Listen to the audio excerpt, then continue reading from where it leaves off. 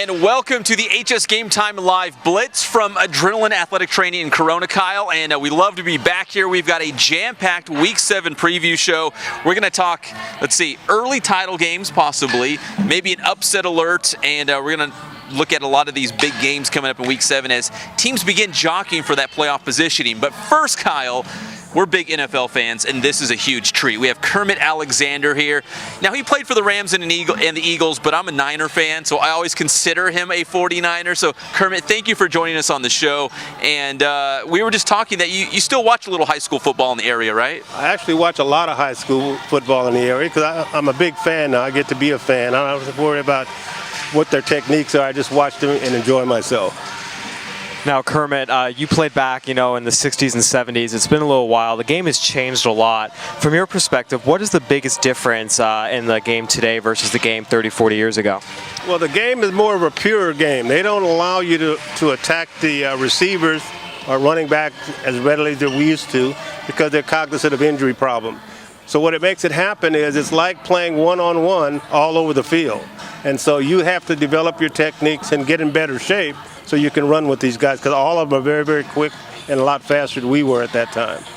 Now, you were defensive back, and we were just talking about you got to defend some, Hall of Fame great guys, the Bob Hayeses of the world, Paul Warfields, Lance Allworth. I mean, just what was it like going up against, such true all-timers? Well, obviously it's a challenge, but one of the early things that I learned, and because of my background, I was also a track man, so I knew I was as fast or faster than most of the guys that I had to cover. So that gave me a lot of latitude in terms of how my technique was used. And then they have the ability to be able to push somebody down and then make them get up and run the pattern. Gives me a big break. Now, Kermit, I want to ask you about the NFL from when you played, which was, the 60s primarily, right? To today's game and the defensive role. I mean, a lot of wide receivers, they're huge now. I mean, the wide receivers are tall, they're strong, they're athletic. Running 4.3s. Yeah, they're really, if you look at a football team, they're really the best athlete on the field. I mean, as a DB, how would your game change compared to, when you played? Or is there a change? Well, there really isn't much of a change because in order to cover those guys, you've got to get guys that are just like them. So when I came in, because of my speed and my agility, I could cover anybody because I was the same speed or faster than most of them. So the only difference was I was allowed to manhandle them more than you're allowed to now. So these guys are more of a pure cover guy. And so if they don't get help, then they've got to dog this guy all over the field and hope the quarterback doesn't throw the perfect pass, because all you can do after that is just make the tackle. There's no way you can stop a perfect pass because the kids are so big and they're so strong, you can't get around them in time because the ball is there before you know it. Now, Kermit, I used to watch a couple defensive backs who it seemed like they would jump out of the way of tackling a guy. I'm thinking like a Deion Sanders or whatnot. And, as a former, guy who used to manhandle guys, does that irritate you seeing defensive backs, almost say, I'm not willing to tackle anyone? Well, it doesn't irritate me. It just makes me laugh because those are the guys our offense would go after because they knew they could get by them. They knew they could push them around. And the action of being maybe able to make a guy fearful of you is a win-win situation. So you always keep that in the back of your mind because always you can get a reception. The way I played it, you had to knock me down or I was going to get you. And if you got me once, I was going to get you the rest of the game. So there was always vengeance in my heart. And it sounds like you still have a great relationship with the 49ers. You were saying that you were just up there last weekend, right? A reunion of sorts. Yeah, we have a reunion game every year that they bring as many of the players that want to come back every year. And so I go every year. I like to watch the game, and I've watched how it's developed, and I enjoy the game more now than when I played it because they throw the ball around everywhere. And I like that. I probably would be playing offense now as opposed to defense because of that fact. But that notwithstanding, it gives me a great deal of pleasure to watch the techniques these guys have to use because they've improved on what I did when I was growing up. Now, I've noticed a lot of talk about technique and really perfecting that technique. It seems like sometimes people look at just raw talent and assume it works, but do you feel like technique sometimes is almost glossed over in the name of just raw talent? Well, except unless you're playing the game, nobody pays much attention to technique. They just think you automatically cover people, and they don't know how or don't remember that you have to learn how to cover somebody so that you're in the game, because you have more than just one responsibility if you're covering a man. You've also got run responsibility, you've got help responsibilities elsewhere, and so you've got to work your techniques to the point that you're always near the guy that you're supposed to cover when the ball is thrown. And once you've heard the ball is thrown, then it becomes your ball, and you've got to fight him for it. So you can't do that if you're not close by. So Kermit, would that be the advice you would pass along to, all these high school players who are watching the show tonight? Is that what you would want to stress to them if they were watching? What I would want to stress is that they practice their technique so that it's second nature, so that when they yell ball, that the ball's in the air, you can forget about the receiver and go get the ball. You become the receiver once it's thrown. But you can't do that if you aren't close to him. If you aren't within 3 or 4 yards of him, when that happens, you can't do anything but try to chase him down after he's caught the ball. What would you say is sort of the fundamental technique that you have to start with? Balance. You have to be able to backpedal so that you can change direction on either foot at any time, in the middle of your stride or whatever. You have to be so balanced that they can change direction and you're right behind them. If you give them 2 or 3 steps on every step that they change direction, you can't cover them. All you can do is try to hope that you can catch him after he's caught the ball. What are some of the tools you would use to help a young defensive back improve his balance? Well, the first thing you do is you don't look at his face. You look at him in the chest area, and you backpedal, and you don't anticipate where he's going. You just react to what he's doing. You try to be a step and a half behind him. If he turns right, you turn right a step and a half later. And what you're planning to do is that once he looks up for the ball, you look up for the ball. If the ball is on its way, then you turn your head back toward the receiver and catch up with him and knock him down or the ball. Now, we'd be remiss if we didn't mention the UCLA Bruins and the great start that they're having this year. Kermit, I'm assuming you still follow UCLA very closely, right? Yes, I do. I have my son and my youngest brother and I all went to UCLA and played football there, so I have a lifelong interest. My daughter went there and played tennis. She wasn't good enough to play football. That's okay. But she's better looking than we are. But I am very, very pleased with Coach Mora in terms of how he puts together a team. He not only brings great athletes to the team, but he brings great athletes with a great deal of intensity. And they're not allowed to play the game loosely. They have to be disciplined, they have to be strong, and they have to be eager to fight the battle, because it's a one-on-one deal at every position. And what I like about the way they're playing is it's enthusiastic. They allow the guys to use their talents, and they turn them loose.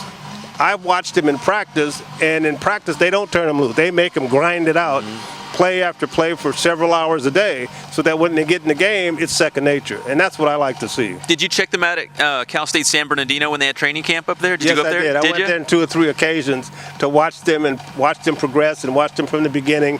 And once the coach came over and said, what do you think you can do to help me? I said, get out of your way, because they're doing it the right way. They're doing a good job, right? You're talking about a coach that has pro experience, so he does it the way we learned to do it. And so all you can do is cheer him on and be enthusiastic and get the guys to understand working hard is second nature. And they've got a lot of Inland Empire guys on UCLA's team, which is nice. Okay, Kermit, let's just assume the 49ers will be playing in the Super Bowl. Let's just assume that.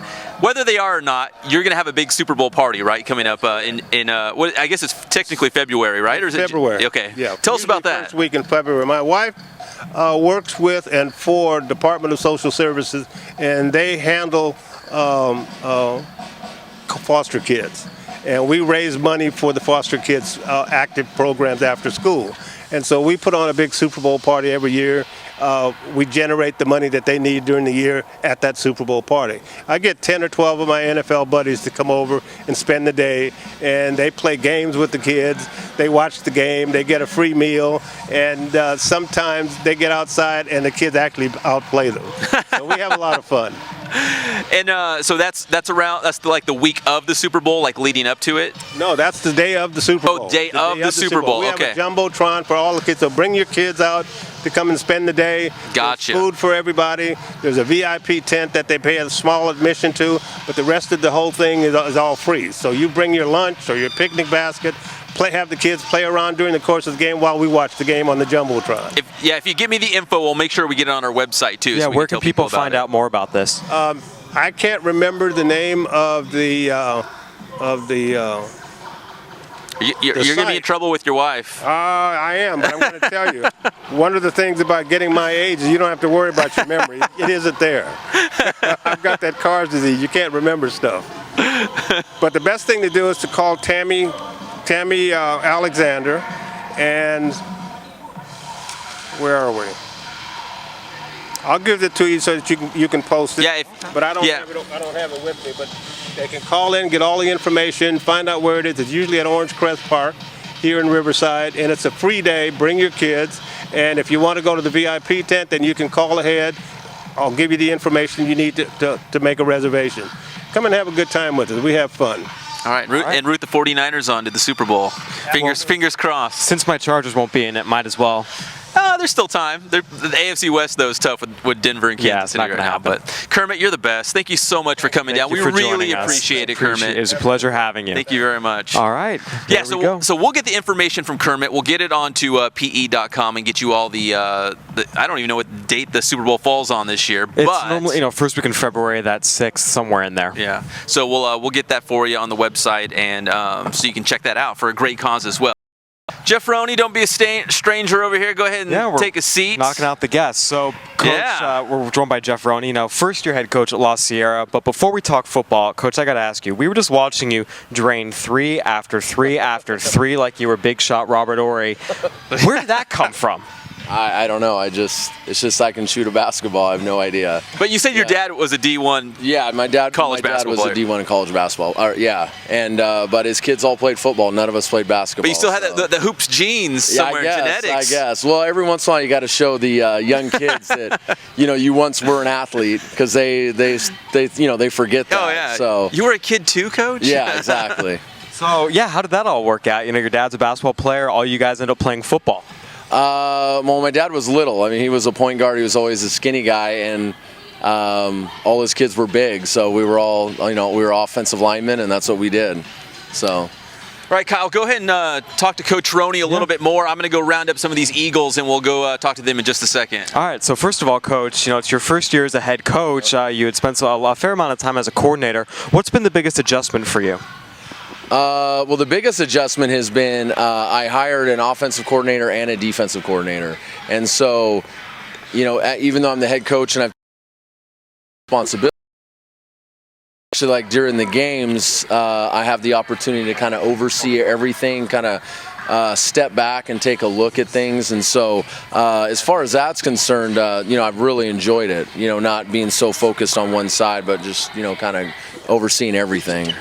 Obviously, La Sierra had a little bit of tumult, in the offseason. So you were coming into a situation where there was a lot of people were unsure. What did you tell the kids and the community, going into that job? We were going to put the past behind us. We were going to get to work, and we knew we had a late start, so we set the mark that we were going to be ready to, compete at league. Our goal is to be ready when we get to league, and then we're going to go compete for a league championship. And we weren't going to, put everything else behind, no excuses, and we're going to just get to work. And the kids have done a great job. They just want to play football. They don't want to deal with all that stuff that's happened. Speaking of your kids, you brought 2 of them along. Tell us, who do we have here with us today? Well, we have number 52 is Stephen Hack. He's a senior offensive lineman, linebacker. He actually started last year at wide receiver, and told him that I needed him up front, and he made that sacrifice and has been doing a great job. He's also an all-league volleyball player, and our volleyball team was league champions last year, and he was he's one of the leaders in that, and he's a 4.1 GPA guy. So. And then we have Derek Cruz. He's our quarterback, and he also plays defensive back for us. He'd like to play more. We kind of limit how much he gets out there defensively, but he's doing a great job for us, and he's a 4.0 GPA guy. So both of them great student athletes. All right, we're going to send it over to Pep. Pep, take it away. Hey, a bunch of scholars over here. I was, what was I? I was Kappa Tau Alpha, guys. You guys impressed? Yeah, of course. In college? I was Kappa Tau Alpha. It was like top 10% in journalism. But anyways, it's about you guys today. It's not about me. All right, so I went to you guys' first practice over the summer, and then I saw you guys beat Patriot, and Coach's message was exactly the same. It was, we're preparing for River Valley League. Everything you guys were doing was building up towards River Valley League. Now, despite your 0-5 start, you guys got a big win against Patriot and newfound confidence. I mean, Stephen, going forward, I mean, you guys feel like you're in the thick of things for a league championship at this point? Yeah, I know. After that Patriot win, I think we're pretty confident, and we're just trying to get as many W's as we can to win league. Same thing, Derek. I mean, first win of the season, but you beat a very good Patriot team. You guys got to have some confidence going forward. Yeah, definitely. Just those first 5 games, we're just building up. Our offense and defense came together Patriot week, and we're pretty confident going into the rest of our games this year. And Derek, this Friday you have Harupa Valley. Just talk about continuing River Valley League play and what it will take to get a W against the Jaguars. I mean, we just got to go out there and we got to execute. We got to run all our offensive plays good, and our defense is working hard this week to stop their O-line. So, I mean, we'll see what happens, but I'm pretty confident.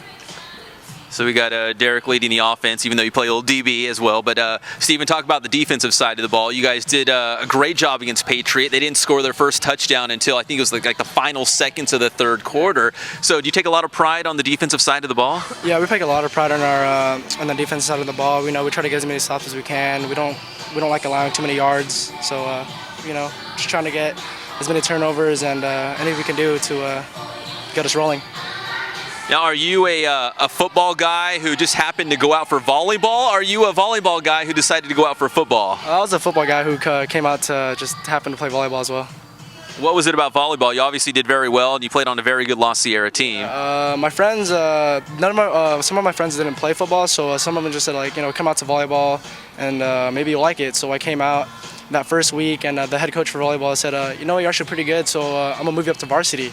And from freshman year on, I just started gaining more momentum, and now I start, and I'm a really good player at it. Really, just pretty good at it. That's awesome. And Derek, talk about the offensive side of the ball for the Eagles. It seemed like things were clicking for you guys against Patriot. I mean, did you feel like something kind of clicking, something kind of, turned for you guys in that game? I mean, just everyone did their jobs. Our O-line stepped up that week, and they held their blocks. They made whatever they're supposed to do, and everything worked out pretty good. I mean, I made all my right reads, and everyone did what they're supposed to, move the ball and score touchdowns. So, did you feel like this team had it in itself all along? Like, you guys knew there was a talent on this team. It was just a matter of putting it together, and despite what your record said, you were better than that? Yeah, definitely. We had a late start in the beginning of the season, and we were just building. We didn't have that chemistry yet until this past week, so we're just working up to that week, and then it all came together and we got the W. So. And Derek and Steven, both of you guys, what does it say about the character of the guys playing for La Sierra who stuck it out? It was the coaching change in the offseason, a late start with head coach Jeff Roney, but you guys stayed the course. You didn't jump ship. And what does that say about the guys on this team? And now it looks like going to turn the season around. We take a lot of pride in our program. We're all committed to the sport. We all know what we have to do to win games. That's all we're trying to do. All right, Kyle, we're going to take it from the scholars over here and toss it back to you and head coach Jeff Roney. We're going to go study, probably go to the library and read some books. See ya. So, Coach, getting back to, entering the season and your game plan, I mean, what are your plans for this program in terms of, I think a lot of people want to know, how long do you think it'll be before this team is, not just contending for the playoffs, but contending for the River Valley League title year in and year out? Well, the first thing we have to do is get a solid weight program going, and that's something that is something that I'm committed to, and I know for myself and the way I was brought up as a football player, that's where it all begins. And so, I really won't have that opportunity until this off season to really get, we're lifting, and we lifted since the day I got there, but that's something that as soon as this season is over, we're gonna have a solid weight program, and we're gonna be bigger and stronger, and be able to push people around, which is ultimately our goal. But no, I mean, we're gonna compete this year, and next year we're just gonna keep building upon that. And the school's in a transition as well. With the new high school opening, so it's going from a very large school to an average size school. So we've got to continue to grow through that transition as well. How rewarding was it for you getting that first victory, and especially for it to come in your league opener? It felt good, being a first-time head coach, just getting that first win. But to be honest, I was more happy with the kids, because I kept preaching to them, this is, how we were going to progress, what the game plan was, and we would laugh going into games in the preseason and go, okay, these are the 4 plays we're going to run, and that's literally what we did. And we were going to, regardless of what happened, we were going to perfect those 4 plays, and then if we were able to do that, we'll run 5 next week. And so it was just this constant building, and they, every week, and it was hard to lose, and the kids were taking it hard, but they came out and they believed in what as a coaching staff what we were saying, and they trusted us and they went with us. And now our defense coordinator was actually laughing at practice today because we ran a couple screen passes, and he was joking, like, you guys actually look like an offense. And so it's starting to come together. I can't even keep track now of where our offensive playbook is at, but we just baby stepped our way through, and we want to make sure that we execute everything that we do perfectly. And Derek's doing a great job. I mean, everything is on him. I mean, every single play we run, he has to make a read. We have no play where it's he gives the ball to somebody. And so, and he's progressing in that, and he's doing a great job. And our receivers are doing all getting better. They're a young group, and our O-line is starting to build some chemistry. It's they're a lot of them first time playing together. So we're coming along, and our defense has been doing a good job since the beginning. And a lot of the scores that got out of hand wasn't necessarily on them. They've been playing well all year. So, Coach, did you miss a team dinner to join us on the Blitz tonight? No, I got my days mixed up. Yeah, okay. When I first talked to you, caught me off guard. I was going to ask you what for dinner was. Yeah, I was in the middle of a class, and then last week we played on Thursday, so I got all mixed up. But no, we do. We have team meal the night before, and we do it at a kid's house. So, and just trying to get that family atmosphere, we talk about family a lot. And so, so tomorrow night we'll be at our free safety's house, Elijah Garcia. What's on the menu, do you know? I honestly don't know, but if it's something good, you can invite me. I mean, I'm free if we got nothing going on. Yeah, I'm not sure. Last week we actually went somewhere. We went to Hometown Buffet. Oh, nice. Then, they probably would. They enjoyed bad news seeing you guys walk through the door. Right.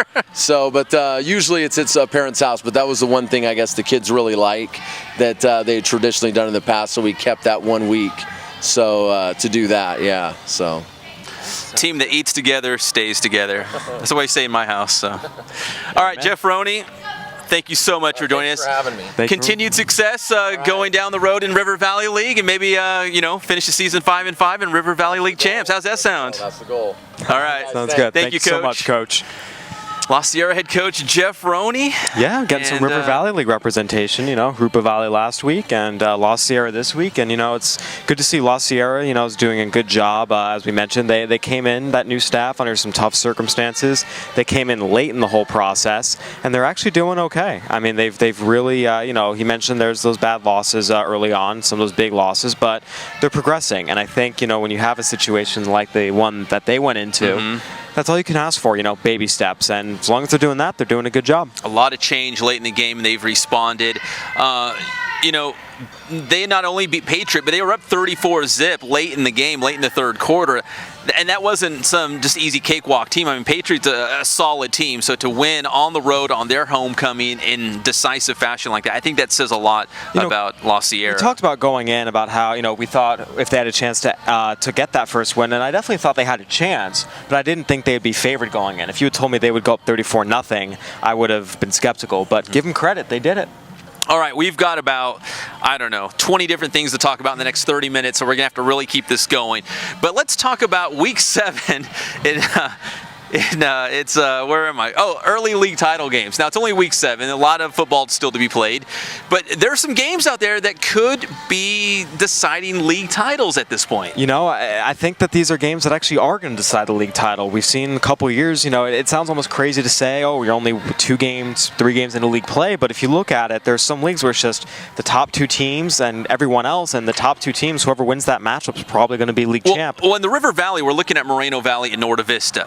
I mean, you got. I know. I'm cheering for the Eagles. Yeah, we're cheering for the Eagles as well. But like Norte Vista and Novi or Moreno Valley are going head to head this Friday. And last year, the winner of that game, Norte Vista, that was the league championship game more or less. And I think going into the season, that was the expectation. Based on what we've seen, that is going to be a league championship game this year once again. Norte Vista, Moreno Valley. Moval's going to be without quarterback Dane Watkins most likely. We're not 100% on that, but he's had some knee issues. Norte Vista's clicking. I think they're going into this game as the favorite. I think this is the River Valley League Championship. If Ken Batdorf and the Braves can win it, they're River Valley League champions. I really believe that. La Sierra, though, will probably factor in there at some point, somehow, and make things interesting, at least in the River Valley League. Okay, Kyle, now let's go to the Citrus Belt League. Redlands East Valley is taking on Yucaipa. Now, I don't know. The CBL looks still a little bit wide open to me, but talk about what the Wildcats and Thunderbirds... Well, before the season began, these were the teams I had first and second place, and we'll get to this a little later. I think the CBL is only going to get 2 playoff teams. So it's very important for one of these teams to basically put themselves in that league championship position. Yucaipa, Tanner Ward has stepped in as quarterback and done a pretty nice job in his limited action. Armando Herrera for Rev has also done a nice job. So these are 2 teams that are adjusting. New quarterback, but my preseason prediction was these are the 2 teams that'd be fighting it out, and I guess I have to stay semi-consistent with that. I think. Well, where do you see Redlands in the mix? I mean, Redlands it's kind of surprised some people with that big win at Eisenhower. I mean, are they going to be a factor in this? I think it's too early to tell. I would think we need to see more out of them just because they're 2-4. They started off 0-3. They've won 2 of 3, but they haven't been a juggernaut. Their offense is 14 points a game, 16 points a game. The defense has looked all right, but it's still tough to tell. I still don't know, based on what we've seen so far, if I can see them beating a Redlands East Valley or a Yucaipa. To me, those they at least turned some heads with that win at Ike. There's no question. I think they turned some heads the right way. Ike maybe turned some heads the wrong way. But I still going back to it. I think that Yucaipa and Redlands East Valley are the 2 best teams in the Citrus Belt League, and as such, I think the winner of this game is probably going to end up being the Citrus Belt League champion, at least get a share of it. Okay, that's in the CBL. In the Sunkist League, 2 teams that have dominated this league in the last 10 to 12 years, Summit and Kaiser. But this year, if there was a year for another team to sneak up on them, this could be the year. But Summit and Kaiser going head to head.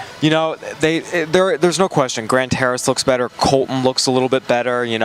Fontana and Bloomington are still a little bit away. So I think that that Summit and Kaiser, definitely, it's not all of them this year, but I think it's still mostly them.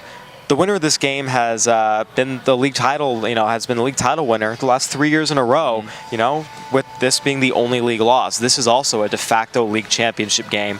I kind of, Kaiser, they had a bad loss to Pauley, they had a bad loss to Cajon, but, they've done all right since then. The running game, they're averaging 250 yards rushing a game, Summit, they're 2-4. They had a nice win last week, but the defense, there's still some concern there.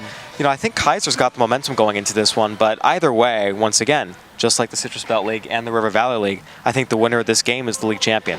I got to disagree. I think there's going to be a team, a sleeper in there. Is it Grand Terrace? Is it Colton? Now we're going to talk about upset alerts, and that's where I'm going. I'm going with Grand Terrace. I got a feeling Grand Terrace might run the table. I saw them in person for the first time last week. Impressed by their quarterback, impressed by their linebacking core, and their running back, Cruz Duke, who's an absolute monster. The most underappreciated player in the inland area. And one of the best names, Cruz Duke. So, upset alert, my upset this week, and I guess it's a mild upset, Grand Terrace against Fontana. Cal Preps projects Fontana as not just a favorite, but by a touchdown. So, technically, if you go with Cal Preps, then Grand Terrace would be an upset. Another thing to consider, Grand Terrace in its short history has never won a road game. They're at Fontana this week. And I think you did a column on Fontana, right? The Steelers, not necessarily back to their glory days, but obviously taking steps in that right direction. They're worlds better than they have been, and that says something. There's hope, there's some talent, and, like I said, just the fact that they're favored in a game by a touchdown is progress, because there was a long stretch where they never would have been favored by a touchdown. All right, KG, give me your upset this week.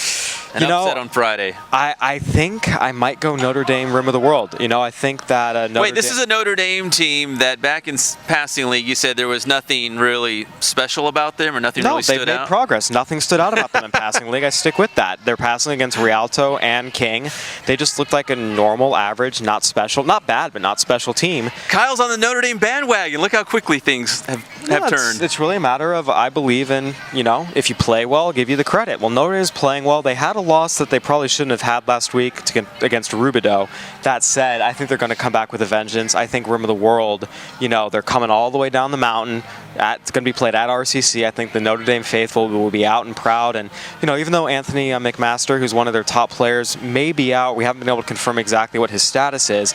I think Paul Bradfica and the team are going to be able to come out and, make something happen and pull off an upset. You're going to have your green and gold and go out to the game and lead the cheers? And No, I'll be covering a game. I'll be covering Rev Ukaipa. All right. Too bad. I got work. Early playoff elimination games. These are games that these teams need to win to stay in the hunt for a playoff spot. And let's start in the Inland Valley League with Valley View and North, two teams that desperately need a victory to stay in the conversation right now. It's kind of funny talking about must-win games when, once again, we're only in week 7. I know. But some of these there are. You look at the rest of the schedule. North on the one hand, they're 2-0 in league play, so you think, oh, they're fine. Well, they haven't played. Now, the 2 wins have been Vista Del Lago and Canyon Springs. They still have to play Rancho Verde. They still have to play Pauley. They still have to play Arlington. Yeah. So for North, they're 2-4 right now. They've got to beat Valley View because if they don't, at best, they're 4-6 and 2-4 in league play, which definitely doesn't get you into the playoffs. If you beat them, you're 5-5, 3-3. You're in the hunt for a wild card berth. Then you're also looking at a team like Valley View, who's 1-2 in league.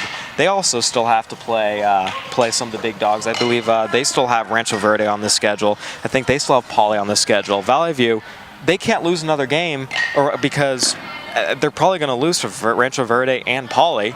If they lose to North, that's 5 league losses. There's no, it's a lost cause. They've got to beat North, just as North has to beat Valley View. I really believe this is a game where the loser is out of the playoff. Will not have a playoff berth. So that has all the makings of a great game. North and Valley View desperate to get into the win column and keep their playoff hopes alive. North coming on strong, I guess, in recent weeks. All right, Kyle, let's go to the Mountain Pass League. Hemet versus West Valley. We caught up with Jeff Reitz at the Gosh Auto Group a little bit earlier in the season on the Blitz. He's charismatic. I love the guy. He talked about his big guy squatting all that weight, and we loved it. But can they beat West Valley and keep their name in the talks? Absolutely. They can beat West Valley, and they have to beat West Valley, because if they drop to 0-2 in league play, with Citrus Hill still to play and San Jacinto yet to play, okay, you're looking at a 1-4 league season, and once again, it's not going to get you into the playoffs. West Valley, they're 1-0. They need to be 2-0 because they still have Citrus. They're going to have Citrus Hill and Tahquitz and San Jacinto still on the schedule after this one. So both these teams desperately need the win, simply because the schedules get so much harder from here on out. Once again, this is a game where each team is capable of beating the other. It's a rivalry game, and I think the loser pretty much can kiss their playoff berth goodbye, kiss their playoff hopes goodbye. Well, let's talk about Bill Powell and his Tigers. They got an uphill battle with Tahquitz in another, very important game for them in terms of just making that league record look a little bit better as they push for the playoffs. I think it's important for them because this could be the battle for an automatic playoff berth. Remember, only the top 2 teams in the league get the playoff berth. Citrus Hill is still the favorite to win despite their flaws. San Jacinto can beat Tahquitz. That second place is all theirs. They're easily going to beat Beaumont. They should handle their business, against the West Valleys and Hemets of the world. So if they beat Tahquitz, they can get themselves an automatic playoff berth, and they could be looking at an 8-2, 7-3 type season, which would be great for their seeding. Now, in the Mountain Valley League, Rim of the World and Kyle's Notre Dame Titans seem to be wouldn't go that far. Seem to be near the top of the list, as is Harupa Hills. But there could be a dogfight for that 3rd or 4th position with Citrus Valley and Rubidoux, who go head-to-head in Mountain Valley League action this Friday in Week 7. And once again, we're talking about, early in league season, but none of these teams can really afford a loss simply because of who they have left on the schedule. Rubidoux's win over Notre Dame was great. But if they lose to Citrus Valley, they're not helping themselves out. Once again, they still have Rim on the schedule, and they still have Harupa. They lost to Harupa Hills. I'm sorry, but they still have Rim on the schedule. They still have Notre Dame on the schedule, which are not going to be easy.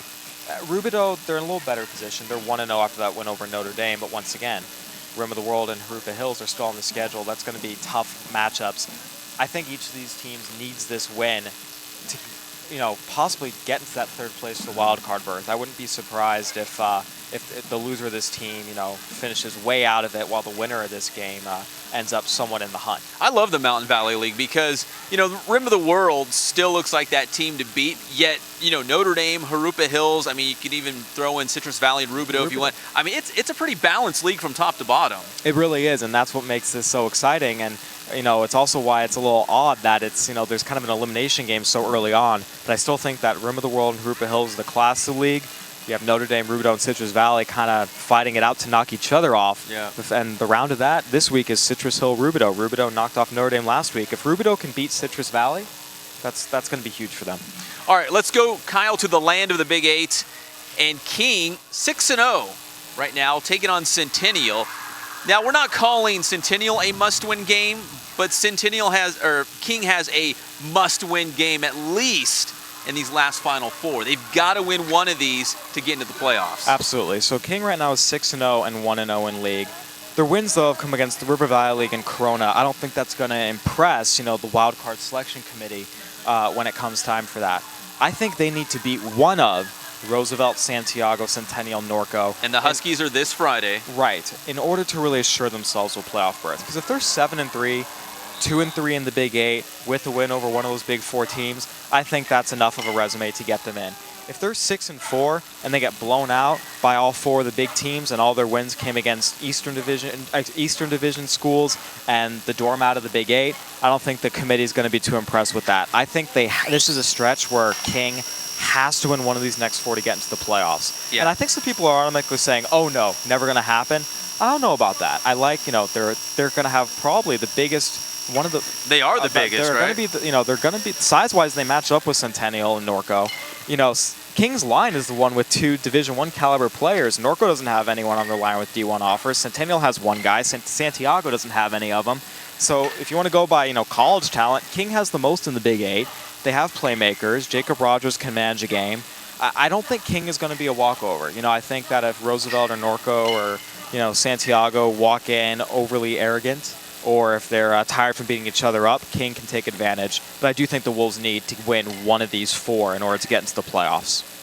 All right, and if they don't, maybe there's a team from the Citrus Belt League, a number 3 team, that could sneak in there in the Inland Division playoffs. I actually think even if they don't, Citrus Belt League's still only going to get 2, because here's why. Say King doesn't do that.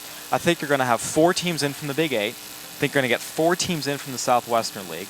Okay. Then you're going to get 3 teams in from the Baseline League. Baseline? Probably, Rancho Cucamonga, Glendora, and Los Osos. And you're going to get 3 teams in from the Sierra League, led by Chino Hills. There's not a single Citrus Belt League team in the top 10 rankings in the CIF polls. Citrus Belt League is just down this year. We've seen Ukaipa and Rev, the best they have to offer, play the Southwestern League schools like Vista Marietta. But here's a scenario though. What if the Southwestern League and the Big Eight just beat each other up, and there's a bunch of teams that are 2-3, 3-2? I think the schedule strength will get them over the top. I think that the committee would and probably should take, say a 5-5 Roosevelt team that's 2-3 in league over, a 6-4 Big Eight team that's 3-2 in league.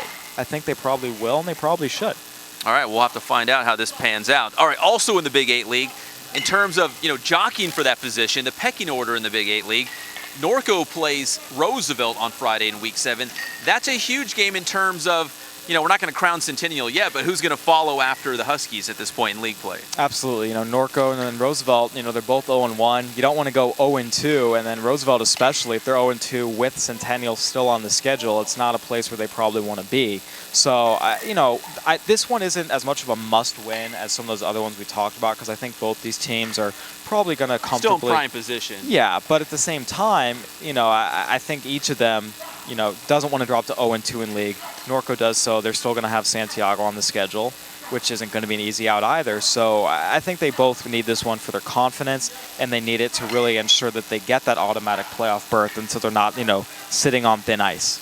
All right, so the CIF Championship games would be considered week 14. So we're about halfway through. So Kyle and I are going to pick our first half most valuable players right now. And speaking of Norco and Roosevelt, my first half MVP, I would go with Cougars running back Corey Young. Now, Norco is all about defense and running the ball, and obviously he's getting a ton of carries, and he's a huge part of what Norco's doing and their whole, the essence of what Norco football is, returning to its roots, the ground game, the defense. So I'm going with Corey Young. I think he just makes that team go, and he's the the center of what they do, the running game, as I said. So I'm going with Corey Young as my first half MVP, and you're going with a guy who is now play for Norco. Yeah, Norco and Vista Marietta will forever be linked, at least this season. Yeah, I'm going with Colton Gerhardt. I mean, here's a kid who transferred late into a program. I mean, didn't even get there till July. There was a lot of pressure on this kid. Some things were being said about him that no one should ever say about a 17, 18-year-old kid. He walked in there. He's earned the respect of his teammates. He's been humble. He's been gracious. He's been a good leader. And oh, by the way, he's been absolutely tearing it up on the football field. Vista Marietta is #1 in our HS Game Time rankings, and he's really the main reason why. I mean, you look at what he's been able to do. He's averaging 261 total yards a game. He has 25 total touchdowns, 16 rushing, 9 passing.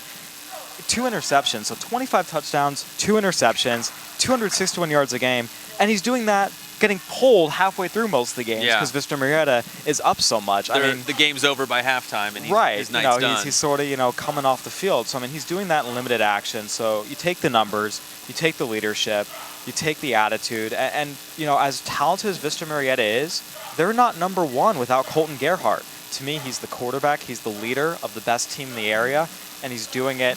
Intangibles, he's doing it statistically, he's doing it via the eye test. Anything you could have asked of him, he's done, and he's my MVP. I thought you were going to say Paul Bradvica from Notre Dame, since you're a Notre Dame guy now. No? I'm not an anyone guy. I thought you were a Notre Dame guy now. I just call them like I see them and say, if the team's doing good, they're doing good. If they're not, they're not. You mentioned Vista Marietta is #1 in our HS Game Time ranking. So, Kyle, let's pull those up and take a look right now. Vista Marietta, #1, Centennial 2. Then we had a shakeup because Roosevelt and Marietta Valley were hanging strong at 3 and 4, but now we have Great Oak, Rancho Verde, Marietta Valley slides to 5, Heritage, Santiago, Paloma Valley, Roosevelt, and now Norco cracks the top 10. And once again, my team this week that I'm mad is not in it is San Gorgonio. Where are the Spartans? What did they do to you? Why are they not in the top 10? They didn't me. I put them in there. You have to ask some of my coworkers who, whatever. I don't agree with it, but nonetheless. G Love. They're a great team. They're easily one. I think they would beat some of our teams in the top 10. They have more offensive talent than a lot of our teams in the top 10, but that's just me.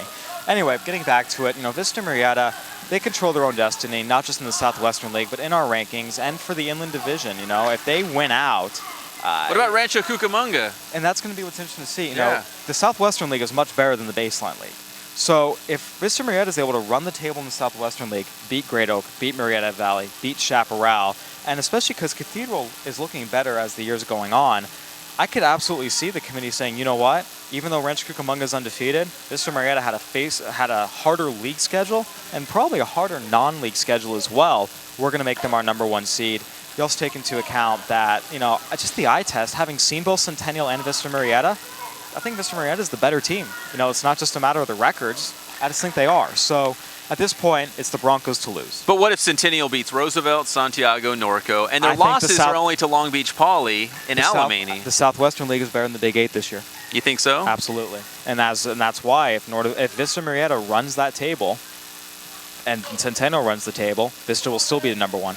All right, so Vista Marietta has Great Oak in Week 7. That could be a early defining game of who wins the Southwestern League crown, which looks like it'll be Vista Marietta. But Great Oak, and I've said this before, I always pick against them every week, and they always seem to win. That makes 2 of us. I don't know why. Nothing against the Wolfpack. I always pick against them, so maybe I should keep doing that if Robbie Robinson wants me to, if they keep winning. Great Oak with wins over Marietta Valley and Rancho Verde, they're just rolling it up right now. Give them a ton of credit. Heritage as well. I mean, those are 3 of the best teams, probably in Southern California, not just the inland area. The Wolfpack, deserve all the credit in the world. Now, even though I don't think they'll beat Vista Marietta this year, look at their roster. They're mostly juniors. You look at, quarterback, running back, wide receiver, top guy in terms of sacks, their #2 tackler. So even if they don't get the Broncos this year, I think they have a real good shot to get them next year. So for me, this is one of those games where Great Oak, regardless of what happens, I think they're going to go in there. They're going to learn a lot about themselves and get a little closer to taking down Vista Marietta for future years. You know, it reminds me a little bit Oak Hills and Serrano up in the high desert used to be the matchup. Oak Hills wasn't ready to beat Serrano, even though they thought they were. They weren't, but they kept getting a little better, and now I think this year they finally have a chance. That might be Great Oak next year. So if the Broncos beat Great Oak, Chaparral continues to run their side of the bracket, I guess you then could that call it. becomes our de facto championship game, most likely. Well, though you never know. Marietta Valley could beat Chaparral. I could totally see Marietta Valley, Chaparral, Well, that's Great what I'm Oak saying. all Like, beating each all other. these inland division schools could just take turns, you know, punching each other in the mouth, and we're all going to have a bunch of teams that are 3-2 and 2-3, and there's going to be a lot of tough decisions by the time the playoff rankings come around. But the Pumas, they have Temecula Valley on Friday, a game that they should win. They should, absolutely. All right, let's go to the Sun Belt League, Kyle, and it's Heritage against Temescal Canyon. Now, the Titans, they want us to talk about them more. They want some love. Yes, they've won 3 in a row, I think. Sean Trimble's back at quarterback. They're playing a lot better, but we will finally see them tested as they take on Heritage. And it's not just this one game against Heritage. They have a stretch where they're playing Heritage, Elsinore, and Paloma Valley back to back to back. The Heritage and Elsinore games are back to back on the road. Temescal Canyon, you know, we thought beginning of the year they'd be really, really good. Then they started 0-3 and just looked terrible, to be honest. 32-0 loss to Temecula Valley, 27-7 loss to Norte Vista. Just bad losses for them. You know, they've beaten the La Quinta win looks okay. Yeah. Beating West Valley and Lakeside, you know, on the one hand, they won the games they're supposed to, which they weren't doing in the beginning of the year. On the other hand, those wins don't tell us a whole lot about them because, you know, with all due respect, they should beat West Valley and Lakeside by a lot, and they did. Now we're going to find out what Temescal Canyon's made of, and if they can beat one of these 3 teams, they might find themselves in the playoffs. But without beating one of them, they're likely not going to get in. Yeah, Paloma Valley, Elsinore, or Heritage. Got to have a win in one of those. All right, time for the Tell Me Why contest. Kyle, I'm going to throw these in here. All right. Big shout out to Linfield Christian, by the way. It's a beautiful helmet. It We're all is. commenting on that. That's a nice helmet. The Lions got Calvary Murrieta on Friday in Week 7. That should be a great game. And hopefully we'll have highlights of that one. All right, Kyle, I will draw for you first. What's that? Oh, yes, and PE.com, or the Press Enterprise, is covering it, right? Do you know who's covering it? Huh? Landon Negri, Mr. Southwest, is covering it. All right, Kyle, you just made a case for this in a roundabout way, but tell me why King will reach the playoffs. Because they have size, they have playmakers, and they have momentum, and they only need to win 1 or 4 games. It's totally possible for them to just have one of those nights where everything's right, you know, whether it's Norco or Santiago or Roosevelt, just, you know, receivers drop a couple balls, you know, a fumble maybe bounces someone's way, you know, a bad snap here and there. I mean, King is not the pushover that they used to be. They have the guys in terms of both skill guys and size on the lines. I mean, once again, you go back into it, they have the most college talent on their offensive line in the Big 8. So they beat Citrus Hill. And so in some regards, if you're going to go in with an advantage in the trenches every game, you already have an advantage. Then you add in DeWitt Caswell, Juwan Washington, Marquine Faja, Jacob Rogers, an able quarterback. All it takes is one night where things go right for them and something doesn't go right for their opponents, which is definitely possible, and that'll get them in. One magical night for the Wolves. That's all it will take. Really magical. Just one night when the stars align. All right, Pep. Yes. Tell me why the East Valley Division playoff race is the most exciting out of our 4 divisions. Well, last year, I've said this before and I'll say it again, Rim of the World and Banning, they had Jacob Taylor, Team Jacob, and the Sty Hairston experience at Banning, and they just kind of ran away from everybody else, and we just all assumed they'd be in the championship game. Unfortunately, they met in the CIF semifinals, but they battled for league, they battled in the CIF playoffs. I think this year it's more wide open, and there's a lot of teams. I mean, there could be a team that's on the outskirts, maybe a Linfield Christian. I don't know, but it just seems like it's anyone's division to take at this point. Now, Rim of the World will still be a factor. Banning is down this year, but like we said, Kyle's Notre Dame Titans will be in the mix. Rim of the World. Who else do I got? Oh, Harupa Hills. We can't forget those guys. I just think it'll be exciting to see how this plays out because even if you're the top seed, I don't think it'll necessarily punch your ticket to the championship game. I agree. It's the most wide open division of the 4 local ones we have. All right, Kyle. Tell me why Corona will hang with Santiago this Friday. Because Corona, ground and pound, they're going to feed Nick Gibson. They're going to feed him all night long. 40 carry night for Nick Gibson. That's going to keep Santiago's offense off the field. Blake Barnett is a little bit concussed. We're not sure what his status is. He might not play. He's been Santiago's biggest weapon. He's their leading passer, their leading rusher. He's what makes that offense go. So Santiago's offense isn't on the field all that often, and when they are on the field, they can't move the ball. Then you have Corona and Nick Gibson just grinding and pounding. All of a sudden, you're looking at one of those games where in the third quarter, it's 17-16, and all of a sudden Corona's hanging around a lot longer than Santiago thought they would. It's not out of the question. They're going to feed Nick Gibson like La Sierra feasts at Hometown Buffet. I mean, that's how bad it's going to get. Okay, go ahead and draw one. What? Feed Nick Gibson. That's the key. It's a recipe for victory right there. All right, Pep. Yes. Well, I kind of already did this for you, but tell me why the Citrus Belt League will have only 2 teams reach the playoffs. Kyle, you're dead wrong. I'm going against the grain. You got this. You have to make an argument. That's the game. You got this all wrong. I think that the Southwestern League and the Big 8 League, I don't care about the baseline or what was it, the Sierra League. They can do what they're going to do. That's a different world to me. But the Big 8 League and the Southwestern League, it's like a meat grinder. They're just going to beat each other up. There's going to be a couple teams that are 3-2, a couple teams that are 2-3. They're all going to take turns beating each other. You might have Vista Marietta at 5-0. You could have Centennial at 5-0, and everyone else is just a mishmash of 500 records or 6-4. So I think now last year we almost had a 3-way tie in the Citrus Belt. Redlands, Rev, and Eisenhower. I don't know if it'll be those 3 same teams, but I could see like 3 teams being 4-1 or a 5-0 and 2 4-1s. And how do you argue against a team that finished 4-1 in the Citrus Belt? So maybe still some Ukaipa magic out there. I'm just saying. I'm not saying Ukaipa's getting in. I'm just saying 3 teams in the Citrus Belt will get in. All right, Kyle. Here you go. Tell me why Temescal Canyon will finish in the top 3 in the Sun Belt and make the playoffs. We talked about that as well. Because they can beat Elsinore. That's it. They need one win in those next 3. I think the Elsinore game is the one they can win. If they win that, they're looking at a 3-2 season in the Sun Belt League, and the Sun Belt League is arguably the best league in the Central Division. Third place team's going to get in. They're 3-2 and third place in the Sun Belt League. They're getting in.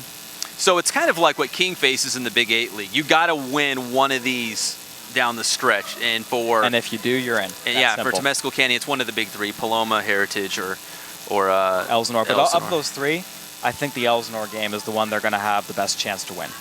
And the in-town rival too. Yeah, exactly. That's, passions will be high, and I think both teams will see it as a little bit of a must-win. So I would anticipate that one to be a real doozy. All right, Kyle, we did great to stay on time, but before we go, let's pick our Adrenaline Athletic Training Player of the Week, a guy on Thursday or Friday, because there's one Thursday game, that you think is going to carry their team to victory. One guy, Paul Bradvica. I can see it in your eyes. You know what? Notre Dame all the way. No. You know what? I forgot to look this one up before we started the show, so Pep, you go ahead and pick your guy while I think of one. Listen, I'm going to make an analogy right here. La Sierra's football team is like the LA Dodgers. Rough start, right? Trust me here. The Dodgers, listen, this has been well documented. The Dodgers were in last place. They turned things around. They got into the playoffs. They won today. La Sierra started 0-5, but I think they're catching fire at this point. They're putting it all together. Derek Cruz and Stephen Hack. I mean, we're all scholars. I mean, 4.0. I mean, they're higher than 4.0. They're smart kids. They're playing good football. I think La Sierra is the LA Dodgers of high school football. They're going to turn everything around, get to the postseason, and just let the magic happen. Alrighty. All right, Kyle, who's your player of the week? I'm going to go with Keontae Roberts over at Roosevelt. I think the secondary of Roosevelt is going to have, a nice game. Victor Viramontes, the quarterback at Norco, had his best game back last week against Centennial. But I think Roosevelt's going to do a good job shutting down the pass a little bit, and Roberts is going to lead that. And I think at the end of the day, that'll help their offense get the ball back, and they'll score enough to win that football game. All right, so there's week 7 in a nutshell. We got to thank Kermit Alexander, former Ram, Eagle, but as I said, I like to consider him a 49er. And UCLA Bruin. And UCLA Bruin, that's correct. So for an Arizona State guy, was it okay sitting next to a Bruin over there? I have no beef with UCLA. Okay. My only beef is with the University of Arizona. I just don't like folks from Tucson. Everyone else, you're all right. Everyone else is all right. And then also, big thanks to the La Sierra football team for stopping by. Head coach Jeff Roney, quarterback Derek Cruz, and linebacker Stephen Hacken. And Kyle, you saw him. I mean, Jeff Roney's got a 3-shot. That was the coolest thing I've seen all day today. Just watching Jeff Roney just drain threes from everywhere. The corner, the elbow, straight up. It was like, guess wow. how many he hit in a row? You want to throw out a number? I lost track. We got an intern behind the camera. 11. Yeah, no, 11? That was some 3-point competition stuff right there. 11 3-pointers in a row. I think that would be fun. Seeing if we could get like, we should have an Olympics of all like the head football coaches. See if they could do, how they do in basketball, maybe a home run derby, maybe just see what they can do. I'll put some money down on Roney in the 3-point contest. Didn't ABC Wide World of Sports have a show like that? What was it called? The Superstars. The Superstars, yeah, the HS Game Time Superstars. I guess we'll both have Roney in the 3-point contest because he. Joe Frazier almost drowned in the pool. Joe Frazier almost drowned in a pool? Swimming. This just in. I didn't know that. Good to know. All right, so there's Week 7. Please join us on HS Game Time Live on Friday. I'll have all the highlights and scores. Kyle will join me with Rev Kuiper, right? Yeah, I got Redlands Miller on Thursday. Oh, Redlands Miller as well. Yeah, the Thursday night game. And Rev Kuiper on Friday. I'll be at those games, so feel free to check them out. So you're Mr. Citrus Belt, but you only think only 2 teams can get in. I think that's what'll end up happening unless, it's possible that 3 get in, but I think the way things are going, I think it looks like only 2 are going to get in. I'm married to a terrier. I'm going to go home and break the bad news to her that you only think 2 teams from the CBL are getting in. But that's okay. Hey, the girl I'm dating is a CBL girl as well. Is she? Yeah, I'm not going to, talk about her allegiance on the air. I want to keep that on the DL, but she's a CBL girl, so I gotcha. Oh, that's right. And Jim Walker's got his mustache back. I heard on good authority he was bringing it back, and I guarantee the Terriers a victory last week. What happened? They beat Eisenhower. So I'm just saying, mustache magic. Believe in it. Believe in it. So, all right, thank you for joining us on the HS Game Time Live Blitz Week 7 edition. Kyle and I will be back next Wednesday as we get a little bit closer to the playoffs, and we'll break down the playoff picture a little bit more. And please join us on HS Game Time Live, Friday live at 10:45. For La Sierra, Kermit Alexander, and Kyle Glazer, I'm Pep Fernandez. We'll see you next Wednesday from Adrenaline.